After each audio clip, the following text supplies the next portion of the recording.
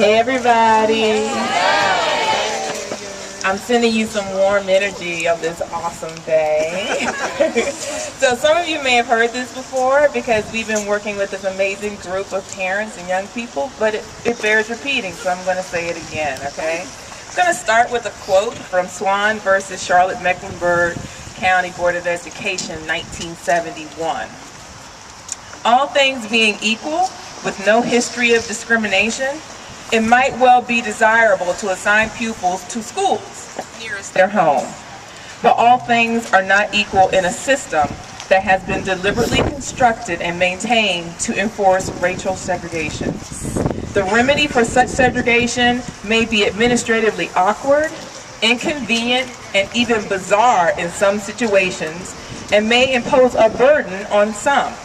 But all the awkwardness and inconvenience cannot be avoided in the interim period when remedial adjustments are being made to eliminate a dual school system. High quality public education is not a civil right, it's a human right.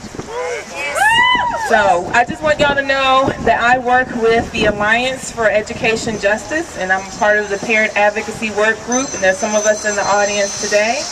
And part of what we want you to know is that we believe what is happening in Wake County Public Schools, in Charlotte, in Wilmington, in Winston, and other places across the country is long-standing racism, and classism is at the root of what is happening. We are very clear that the achievement gaps and the school-to-prison pipeline are rooted in poor neighborhoods. They are the root of unemployment, and they are the heart of this debate.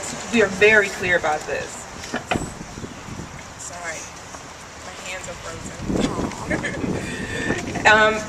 The Parent Advocacy Work Group is a group of people of color that's leading this grassroots organizing, and we're working to strengthen the community of confident, informed, and effective parent advocates for justice and equity in public education.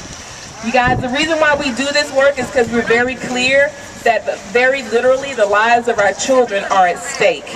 The well-beings of our families is at stake, and the welfare of our community is at stake. We are sick and tired of being pushed out, marginalized, and left behind, and jailed and abused and forgotten. We're sick of it and we're not taking it. I hope you already know this fact. It's not a fun fact. That during 2008-09 school year, Wake County Public Schools gave out 20,651 short-term suspensions, 1,015 long-term suspensions, and had one of the largest school-to-prison pipelines in the country.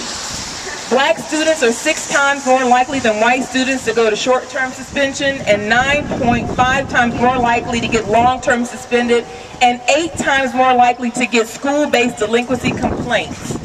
87% of white students grades 3 to 8 are proficient in reading and math and are in their end of grade exams, compared to only 48% of black students and 49% of Latino students. The 4-year cohort graduation rate of white students is 13 percentage points higher than it is for black students, and 18 percentage points higher than it is for Latino students.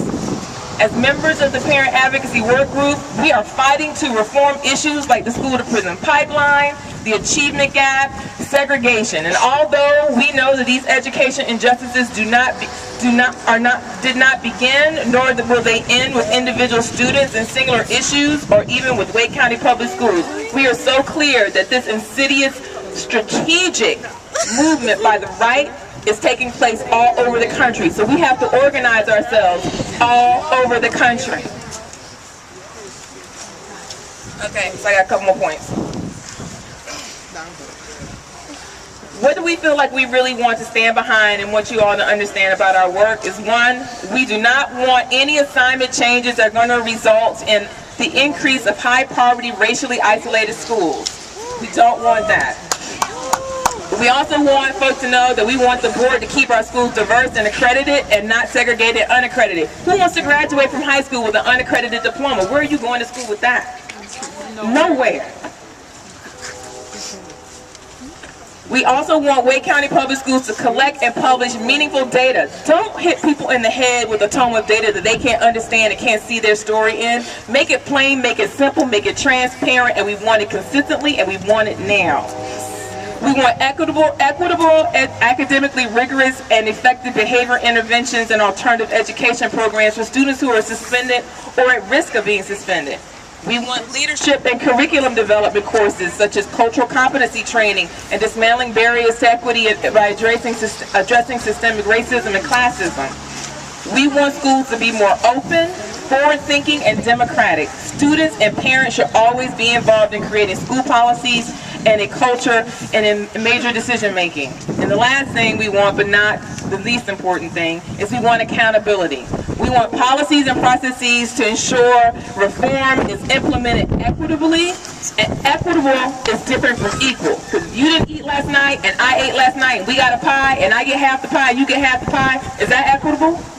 No, it's not, because you didn't eat last night and I did. So we want equitable, not equal.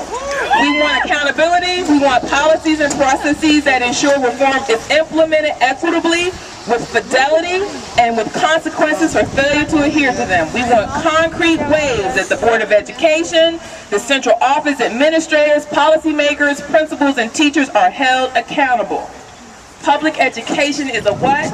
A human right, not a civil right, a human right. Thank you.